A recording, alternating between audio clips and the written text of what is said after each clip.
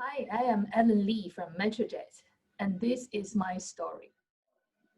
Good morning, everyone, and welcome to another episode of We's live interview. We have here with us Ellen Lee from Metrojet. She is the finance director, and in the finance, it has to be very pressuring, I believe, with crunching numbers and all kind of jobs. So today, we really like to thank her for her busy schedule, stepping aside to give us an inside view of her job, her life, and things which is going on in aviation.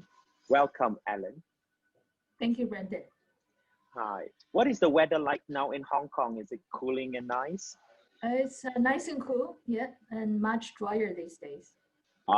Is So everybody well there in despite the COVID pandemic? Yeah, I think Hong Kong has managed the whole situation very well.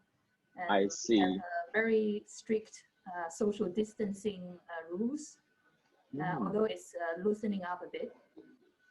But we're really wearing masks every day. I see. 1 to 1.5 meter distances. And, yes. So yes. Staying safe is important. That's right. Yeah, the confirmed cases have significantly dropped. I see. Is the traveling starting to begin and stuff like that? Traveling, not in aviation, certainly.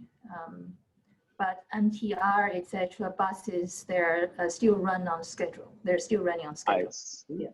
That would be nice to hear.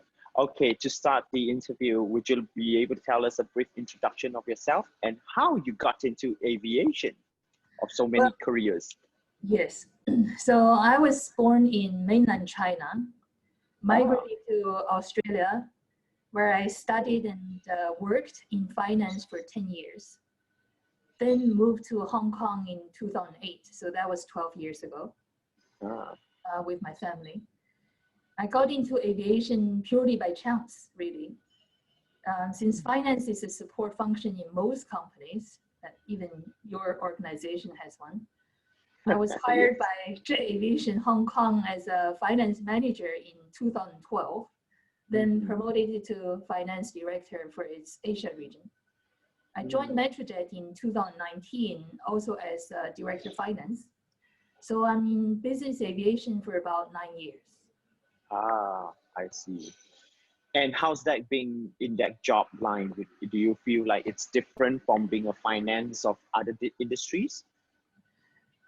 Certainly.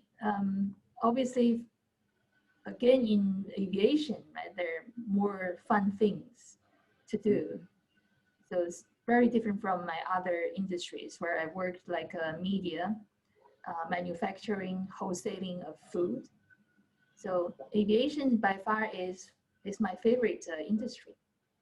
Yeah, is it because that I've heard that Metrojet makes you guys feel like it's a family in there and you guys are really close and tight? Indeed. Metrojet, as we know, is part of the Kadoorie family. And what I experienced myself is Kadoorie family is a very loving and caring family, especially during the pandemic, how they cared about the employees, etc., is very impressive. I see. And I was told that you have a very high representation of women in your office. According to our head of HR, I think we have above 38% of ladies working in Metrojet.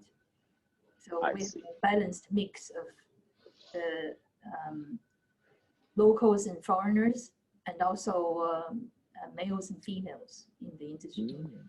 So not just the high-level C executives. That's fine. Thank you for introducing a little bit about Metrojet.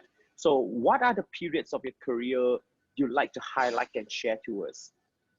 Well, across my career, I've always been thrilled at facing challenges. I think there are really great opportunities for self-development. I also enjoy learning new things from the people I work with, and seeing myself grow and the company I work for grow is a very rewarding experience. Over the course of the career, what is the biggest change you have seen in the industry? You know, since being the business aviation is more than 25 years right now. Well, in the business aviation industry, a lot are happening every day. to me, as a finance person, the biggest change, in my opinion, is that the competition has got stronger day by day. With Wow. the new entrants into the market, new or improved technologies constantly being introduced. So aviation industries, companies, not in my opinion, not only need to compete to win market share, but I think they can also benefit by collaborating with each other to find Yes. synergy opportunities and improve their operational efficiency. So that's the Wow. biggest change, in my opinion. Yeah. Speaking from a finance person, you really make sure the numbers really do gel, do you?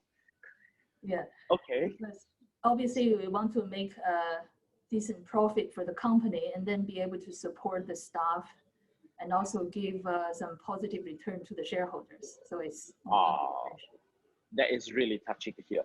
So if there is anything you would like to highlight for each position you have held during your career path, what would that be? each position. Yeah. So I think overall, the biggest highlight for me is I really enjoy what I do as a finance person, despite what other people think, right? Finance is number crunching and can be boring. So to me, working in finance really allows me to get to the heart of the business. I consider myself a translator. I help the business leaders to translate their visions and decisions into a profit and loss statement. So when I can make the numbers talk, the operation leaders can then see whether their directions are on the right track and adjust their course of action if needed. This will help ensure the business decisions are aligned with corporate visions so the company can really get to where it wants to be. In my 20 plus years of work experience, aside from finance roles, I had a 1-year stint as director operations. So I stepped out of my finance comfort zone and get into something that I hardly know. And that made me realize how little I knew. So I took the opportunity to embark on a self-transformational journey. I read Wow. to improve leadership, execution, effective communication, all those soft skills. And more importantly, I opened the door for spiritual development. Ah, The spiritual development, yeah, that opportunity gives me a bigger vision in life. So I can see the world and universe as a whole instead of being fragmented. And I work with collaboration instead of competition. And I also become a minimalist. So basically freed myself from material trappings. whoa. I'm not saying I need to get rid of everything I own, but I become a minimalist. So all of this helped me to deliver more effectively. At the same time, I really feel a strong sense of peace and joy from my heart. Wow. I think I gotta really catch you on another session about how to get this enlightenment out of me as well. This is Getting interesting. enlightenment out of number crunching. So that is why you went back into finance, I guess. Yes, exactly. Thank you for that. So I did realize how the operational roles do not really fit me. Come back to finance and be able to really support the operational leaders. And the nice thing about that experience is not only this transformational experience, but also I get to appreciate how a GM or CEO thinks or works. Okay. And I get to understand them better so I can support them better. Many people used to tell me that actually the head of the company is usually not the chairman or the CEO. They come back to the finance director to say, hey, yes or no. I got no money for that. You want that, you can't get it. Sorry, you know. So I think it's true in your position then. Well, it's true most of the time, especially when you can build this trusting relationship with the CEO or GMs. You need to trust that you're making the right judgment. instead of just saying no all the time. Yeah. Okay. So, what are your greatest achievements and contributions you feel you have made it towards the aviation industry? Towards aviation, Mm-hmm. I do not fly a jet or anything. I cannot fix aircraft. I do take pride in helping the companies I work for to stay or become financially healthy. My key focuses have been around building effective teams, training, coaching, developing the people I'm responsible for. And I help strengthen the control and compliance environment for the company and increase the company's profitability, positive cash flow, which is important. I'm a strong believer in efficiency. With efficiency, we can provide better service, better pricing to our customers. And then all other stakeholders can benefit too. For example, the vendors can grow their businesses, and our staff can support their families, and shareholders get a positive return on their investments. So to me, I feel a sense of achievement when I get to contribute in the whole process. I think similarly, likewise, I like to say I also love I advocate for efficiencies and optimization, all this as well. But I think that would probably have translated into your personal life. Are you like that as well when you do shopping and stuff? Absolutely. I do budgeting, forecasting all the time. I even trained my, in Hong Kong, we have living helpers, right? I even trained my helper to become a very good accountant.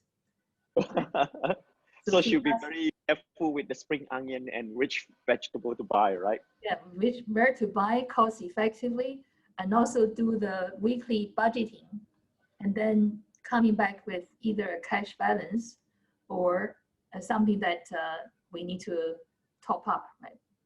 Wow, that reminds me, I'm gonna send my maid to you for training. Definitely, and it will be free of charge. Wow, thank you so much. When you are not crunching on numbers, what do you like to do? Any hobbies and interests that you can share with us? Well, surprisingly, as a finance person, I do have some hobbies, right? Not just crunching number all the time and counting the beans. However, I definitely am not into dancing myself. Okay. I do enjoy having a good meal with my family and helping my kids to build a proper value system to prepare them for the future. And in my other spare times, I like reading books to broaden my mind, listening to music, and sometimes hiking in the mountains. And I particularly enjoy traveling to other countries to experience new things, taste new food, meet new people. Well, it seems that it's an opposite of you from in the office, isn't it? You're a little bit more adventurous and you're more open up and stuff like that. Is there any secrets that nobody knows? Give us a trivia, Secret in what ways? I don't know. Probably you're a wild person to say you do rock climbing and something different from sitting in an office or something like that. Rock climbing, you play the piano. Yeah, rock climbing is challenging, and I have to say I'm a very cautious person, right? Being in finance, you be cautious. And not entirely risk adverse, but I'm not really that adventurous. I think the most adventurous thing I've ever done is to get onto an all-terrain vehicle, right? The ATV. The ATV. Taking the rough rides really was tough for me. Wow, but that is a great challenge, One day we'll know somebody can tow the aircraft and we'll find you as an expert. So I will be a good wing walker, when you tow the aircraft. I know where to live. What about, do you have any other specialities? Like, for example, do you play the piano? Do you bake? Do you cook? Yes. Something different. I do cook, but I'm not an excellent cook. You don't have to be a master chef, but tell us your special dish. What do you make? I make probably some of the best dumplings with different ingredients. Oh, okay. Yeah. I hope to try that too. So Yeah. moving on, in summary, what are your visions for yourself and also to women in aviation? Do you have any words of encouragement you'd like to share? Perhaps a quote or an inspiration that you can put about so that women like the young, they can look at this industry. For example, most of the time, people who take accounting or finance, they thought they have to go to join PwC or EY and all that, but they could have thought that, hey, aviation actually is also a very good niche market to follow through. Could you share something like that to us? Sure. Personally, I am a very strong and serious career-minded woman. And I would like to use my skills to help make this world a better place. I'm happy to work with like-minded people to deliver good results and let everyone share the value we create together. So that's really some of the meaningful things I do in life. Working in the aviation in particular is fun, exciting, and high flying. Right? We fly up high. Women in aviation play different roles to make this industry even more attractive. Attractive, literally. I do admire a lot of women for their high quality standards, detailed attention, and their genuine caring when they serve the customers. And there are women engineers, pilots, women CEOs, and everybody has achieved so much while juggling between family and work. That's So true. one of my favorite quotes is, "Flying is the best possible thing for women. So ladies, come and fly with us." Yeah, I need to encourage to have more women true. in aviation. Well, many people have said this before, including even a pilot. One of our brand ambassadors was also saying that in order for a plane to fly, people see that it is one person controlling the plane, but they have forgotten that another 1,000 more was below the aircraft making it fly. So you are right. Thank you for that inspiration. Ladies out there, you should consider a job just like Ellen. Lastly, we would like to also know from you, what is your thought on the WEA project initiative? I think the initiative is brilliant. I know women play a part in all walks of life, but working in aviation can really take women to new heights. Yes, I it is. believe this project will greatly increase the appreciation and recognition of women's capabilities, their contributions to the industry, and therefore encourage gender equality. So I think it's a great project. I really do thank you a lot for doing everything you can and you're sharing your passion to really encourage women to the industry. Thank you very Well, much. we thank you as well because Metrojet has been setting the pace, being the role model in encouraging women to be in equal representation and all that. So yes, ladies and gentlemen out there, if you guys are listening to Ellen's speech as well, you should consider the practices that they have in advocating that women should be of equal, work side by side with men. In fact, as many of the quotes says, I would like to also add one in, is that most people do not realize that it is no longer called the cockpit. It's been renamed as the flight deck. And it doesn't mean that women have to wear dresses. They are now also wearing the pants. You don't see men wearing skirts, do we? So, Exactly. yep. Thank you, Ellen, so much for today. This is Brandon from the WEA Project, the Women in Aviation Asia. We'll like to see and hear more from Ellen next time, probably a possible second episode. So stay tuned. Thank you, Ellen. Thank you very much. And thank you to Metrojet. Thank you. Bye.